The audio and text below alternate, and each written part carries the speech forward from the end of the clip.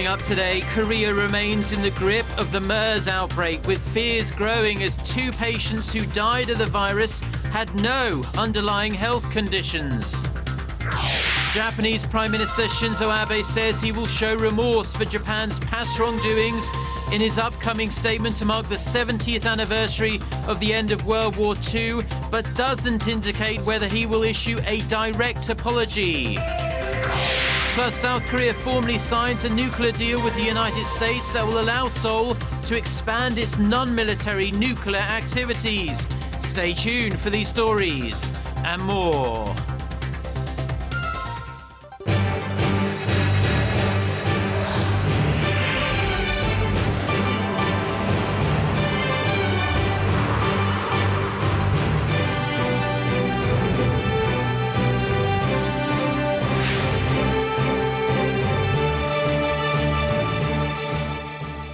Hello to our viewers around the world. It's 6 a.m. on Tuesday, June 16th here in Seoul. Thanks as always for joining us. I'm Mark Broome.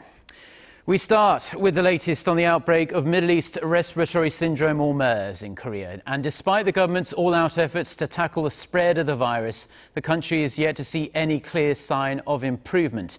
If anything, the public is now more concerned after reports that out of the 16 MERS-related deaths in the country so far, 2 were patients who did not have any underlying illnesses before contracting the coronavirus.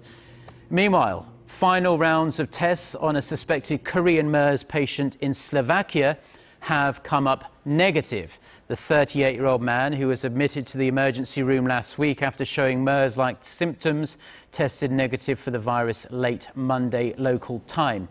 After the results were released, authorities in the European country lifted quarantine measures on guests who stayed at the same hotel as the man.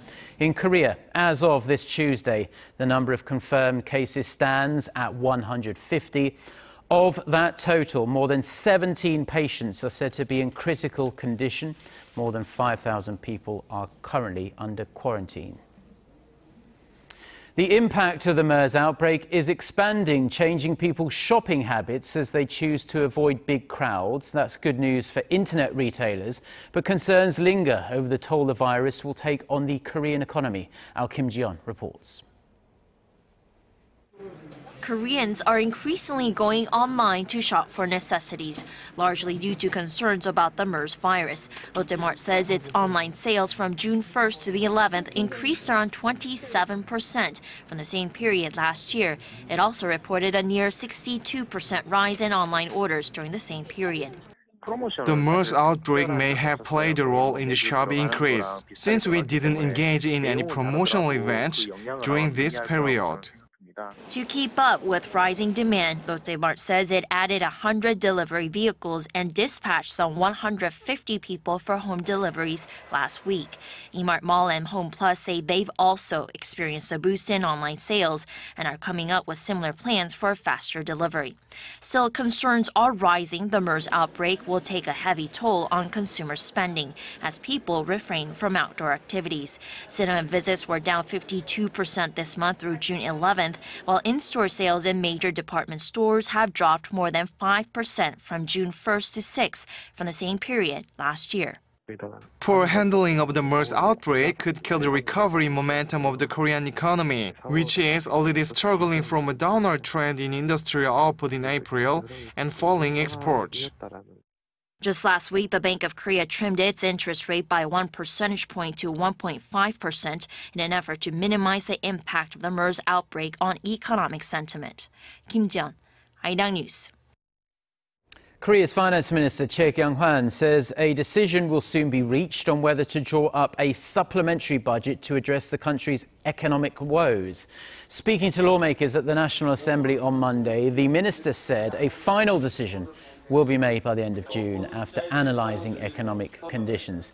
There have been mounting calls to pump more money into the sluggish economy, which is suffering even more in the face of the MERS outbreak. Che added that while the economic impact of the outbreak has been minimal until now, it could pose a major threat if it continues. Korea's rival parties ended their standoff on Monday over a contentious revision to a parliamentary law and sent it to President Park Geun-hye for final approval. The agreement came as both parties agreed on changes proposed by the National Assembly Speaker, but it remains to be seen whether the president will sign off on it. Ji Myung-gil reports. National Assembly Speaker Geunhye sent the final version of the revised National Assembly law to the cabinet for President Park Geun-hye's signature on Monday. Chung said it was unlikely the president would disapprove the revision since some of the wording was changed to eliminate any potential constitutional violations. They were proposed by the Assembly Speaker last week in an effort to mediate political clashes over the law and possible opposition from the presidential office over its constitutionality. Earlier today, the main opposition New Politics Alliance for Democracy cleared the way for the law to move forward when it agreed to soften some of the wording used within the legal text. The law now states that the Assembly can request instead of demand changes to government ordinances, including those made by the executive branch. Ahead of this breakthrough, President Park had threatened possible use of her veto power to block the law on the basis that it could encroach upon government policies and paralyze state affairs. The ball is now in the president's court. She will have 15 days to either sign or reject the revision submitted by Parliament. Ji Myung-gil, Arirang News. President Park Geun-hye has asked officials to seek ways to develop the bilateral relations with Tokyo ahead of next week's 50th anniversary of normalized ties between the two countries. Meeting her secretaries on Monday, the president said efforts should also continue to resolve the outstanding issues between them, such as Japan's coercion of Korean women into sexual slavery in the early 20th century. In Tokyo, Chief Cabinet Secretary Yoshihide Suga refrained from commenting on President Park's recent interview with the Washington Post, in which she said Seoul and Tokyo had made considerable progress and are in the final stages of talks on the sex slavery issue. Suga added Tokyo hasn't changed its position that the matter was settled when the two sides agreed to normalize relations 50 years ago. Japanese Prime Minister Shinzo Abe says he will show remorse for Japan's atrocities during World War II in his August statement to commemorate the 70th anniversary of the end of that war. In an interview with Hong Kong's Phoenix TV on Monday, Abe said Japan regretted its wrongdoings during the war and the country would contribute more to achieve world peace. He stressed that his administration shares the same historical views of former Chief Cabinet Secretary Yohei Kono and former Prime Minister Tomoichi Murayama, who both made landmark apologies for Japan's actions during the war. Abe's recent remark is noteworthy as it clarifies his will to include words of remorse in the statement. But it's unclear whether he will use expressions such as colonial rule, aggression or apology. Opposition is growing within Japan to Prime Minister Abe's plan to reinterpret the country's war-announcing constitution. In a press conference with other Japanese scholars in Tokyo on Monday, Nobel Prize winner Toshihide Masukawa said Abe's move to allow Japan the right to collective self-defense or basically to come to the military aid of an ally under attack must be stopped. Masukawa also stressed that any move to change the decades-old pacifist constitution was itself manifestly unconstitutional. Now, scholars in Japan have said that Tokyo's assurances that potential missions would be strictly non-combative and risk-free were misleading. Now, Japan's parliament is set to vote on the collective self-defense bills in the coming weeks. According to recent polls, Abe's controversial plans have sent his support ratings to their lowest level since he became Prime Minister in late 2012.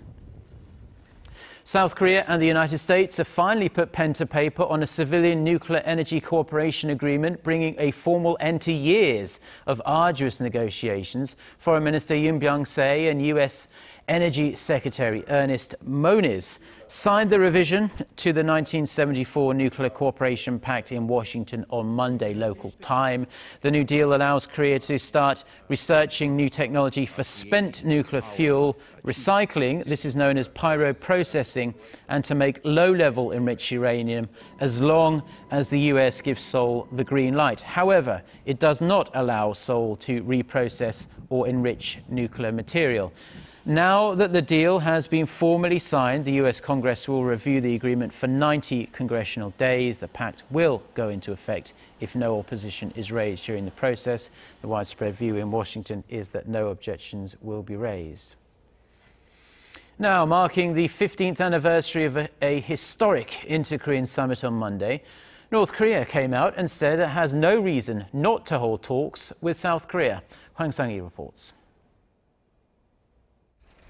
North Korea says it is open to talks with South Korea under the right conditions.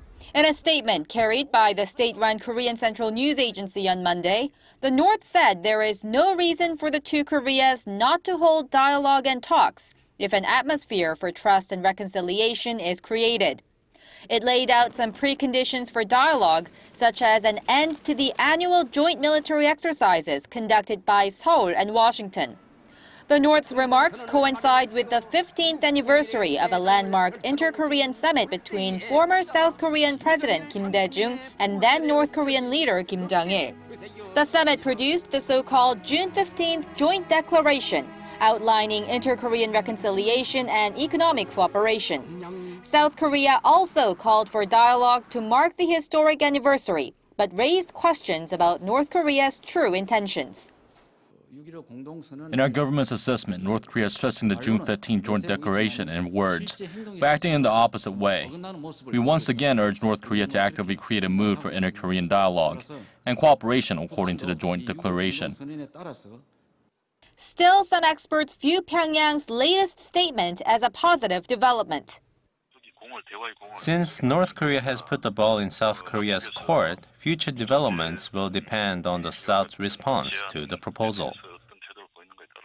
But others remain wary about North Korea's intentions, noting that the statement came just a day after it test-fired short-range missiles into the East Sea.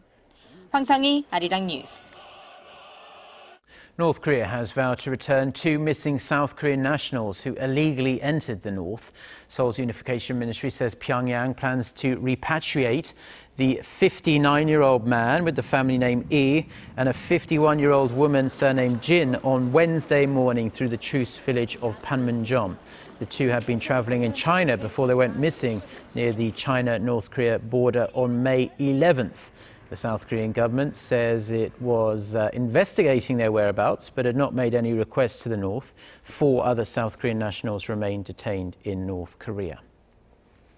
And a North Korean soldier in his late teens defected to the south on Monday. South Korean authorities say the soldier had walked across the heavily guarded military demarcation line dividing the two Koreas.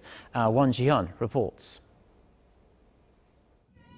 It was around 8 o'clock Monday morning that a young soldier from North Korea was found on South Korean soil. An official from Seoul's Defense Ministry says the 19-year-old soldier had walked across the inter-Korean border on the eastern side and ended up in Hwacheon, Gangwon-do province. The incident raised tensions on the border as South Korean soldiers prepared for a possible confrontation when they saw the North Korean soldier making the crossing.